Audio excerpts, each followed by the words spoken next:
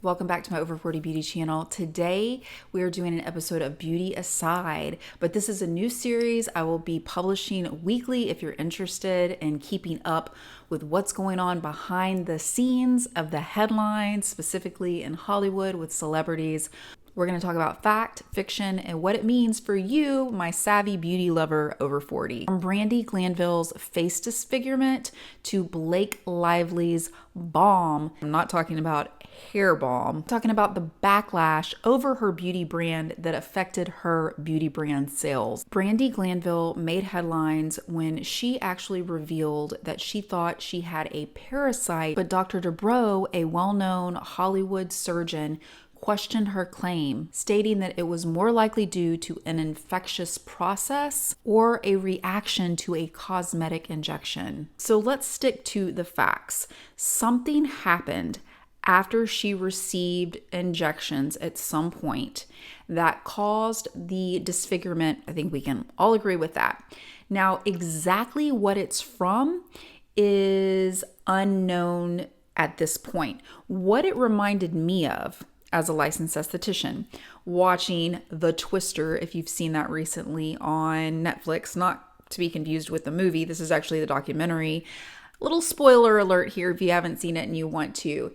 There was one of the main people in the documentary that had actually survived this tornado that had actually torn this entire town apart, and 161 people, I believe, were actually killed. He was one of the survivors that actually was in the middle of the tornado, in the eye of the tornado at some point, and had miraculously survived, but not before he was thrown into the ether, who knows where, and ended up landing in some body of water. They actually had to go in and cut out chunks of his body, his skin. So he was actually very disfigured right in here and very lucky to be alive at that. I heard Dr. Dubrow say what he said, I believe it was like on TMZ.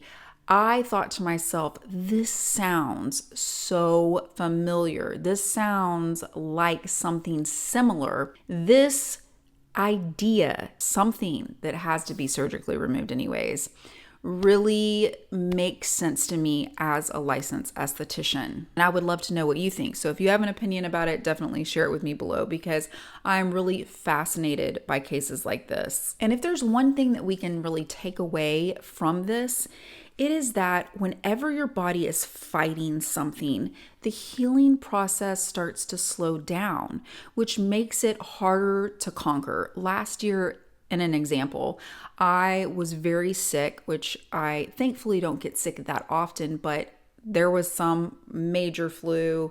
My partner got it, I got it. It completely took me down, okay, for 3, 4, 5 days. So whenever I started to feel better, I actually realized that my eye was bothering me. Went to the doctor, long story short, I had a virus on my eye, actually had shingles in my eye. And the thing is that I wasn't able to recover. I wasn't able to fully heal because at that point, sadly, I had an 18-year-old pug who was just, oh boy, he was doing all he could to survive. I was actually having to plan his end-of-life service to go to doggy heaven. That took a toll, as you can probably imagine, especially after having him so close to me for 18 years. I digress. Point is, I was having a hard time healing. Now, what may have taken a few weeks to heal ended up taking me over 2 months. And that, I believe, is what is making it possibly really hard for her to heal. Now, you couple that with, I know in an interview, she said she's depressed, which totally makes sense. I have a lot of empathy for her. And she also mentioned that she cries every day, which is really heartbreaking. I don't know her, but as a human being, I can empathize with that and have a lot of compassion. Anything that makes you depressed is it's really hard. The struggle is real. And to get out of that depression on top of having this type of disfigurement that she's not able to figure out a solution with yet, just kind of makes you feel hopeless. Once you actually remove what it is underneath the skin, then you can start rebuilding. I believe she said she spent about $70,000 trying to resolve this. Let's move on to something a little bit lighter, right? Blake Lively's hair care line Backlash. Oh my gosh. I'm sure you have followed the drama because even someone like myself who tries to avoid the drama has definitely gotten sucked into this one a few times, to say the least. And that is because there hasn't been anything this sensational as far as celebrities involved in any type of courtroom setting outside of the huge crazy ones like, O.J. Simpson, which we're not talking about killing anyone, just talking about celebrity drama. I feel like this is just one of the biggest things to hit Hollywood in such a long time. It's such a scandal. And I want to talk about the consequence of her beauty brand and it being attached to her name. This is something that I think is a real risk when people decide that they want to take it. You have people like Selena Gomez, Jennifer Aniston. You have certain people that are very well received and are very liked.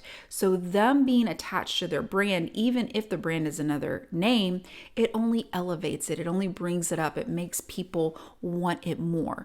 But when you have people that have a little bit more controversy that maybe aren't or don't seem, I should say, as trustworthy, i.e.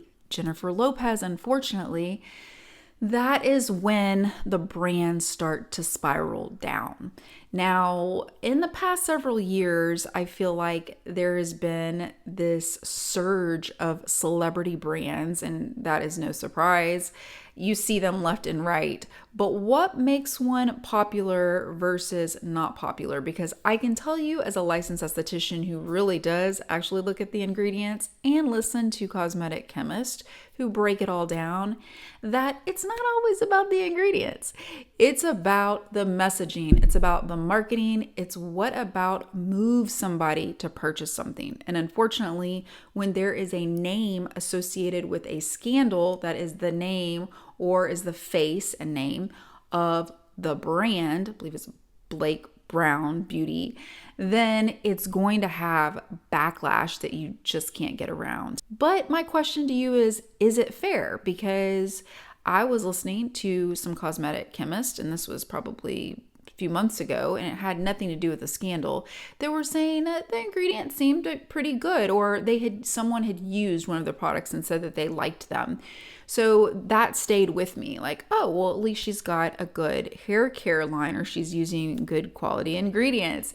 And then, of course, the whole scandal erupts with Blake Lively, Justin Baldoni. Don't know this about me. I'm actually a film major, so I take a direct personal interest in this. As someone who went to school or college for radio, television, and film, my first love was screenwriting.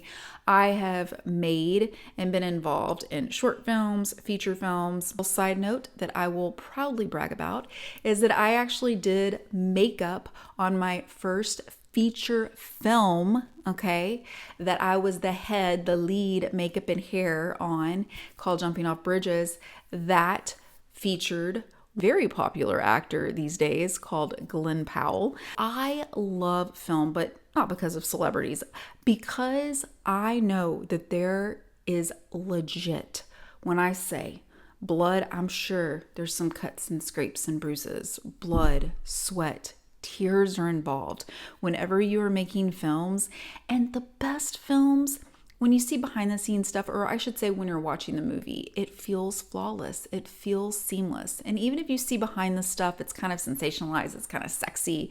People think, ooh, it must be so fun working on a movie set. But the reality of it is that it's just really hard work. And if you love it, of course it's fun. It's meaningful. You're passionate about it. There's no way you cannot be passionate and make movies that aren't mega million blockbuster movies that maybe you could argue someone takes those for the money. But if you're working on a smaller film where the budget is not that grand, then you literally are having to be so resourceful, so creative, so experimental all the time about how to make things work. So this interests me because knowing that Justin Baldoni, knowing how much real estate he had invested in this movie, just from a personal standpoint and professional, versus her coming in as sort of this established person. She used to be this fashion icon. Maybe I shouldn't say used to. I don't know. I'm not really into the cancel culture, but I don't know where people stand with her these days in that department. But historically, she has been definitely a fashion icon back in the Gossip Girl days. I didn't watch that, but I know that that's what bloomed her career. And obviously married to Ryan Reynolds, who is one of the biggest movie stars in Hollywood, attaching herself to one of the, if not the biggest superstar performer of our time, Taylor Swift. This just really interests me. So I was thinking, how is this going to affect her hair care line? And so I did a little research and realized that it really does seem like, without the exact numbers, it has really taken a dive. And that does not surprise me because, again, it's that name attached to the brand regardless of the ingredients. I remember when Rihanna's foundations came out and the messaging was so powerful because it was very inclusive, right? We've got a shade for everyone. Well, I'm going to compare that to someone like myself. I have a small independent beauty brand. There's no way, it doesn't matter how inclusive I want to be or what type of messaging or marketing I want to have. There's no way I can afford to do that because I don't get the same prices as someone like Rihanna. You know what I mean? I can't buy those sorts of volumes. So I think it was a really genius move. I'd turn her foundation over, looking at the ingredients, going, you know what?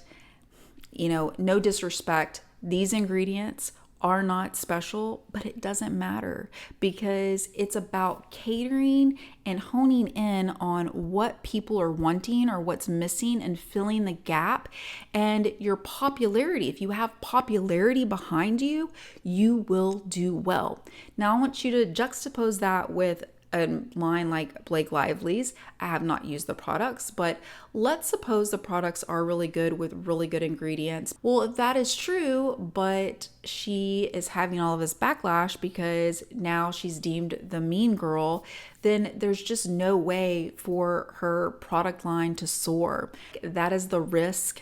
If you're going to attach your name to a product, you had better be on some good behavior or have a good reputation. Bottom line, it doesn't matter how great your product is.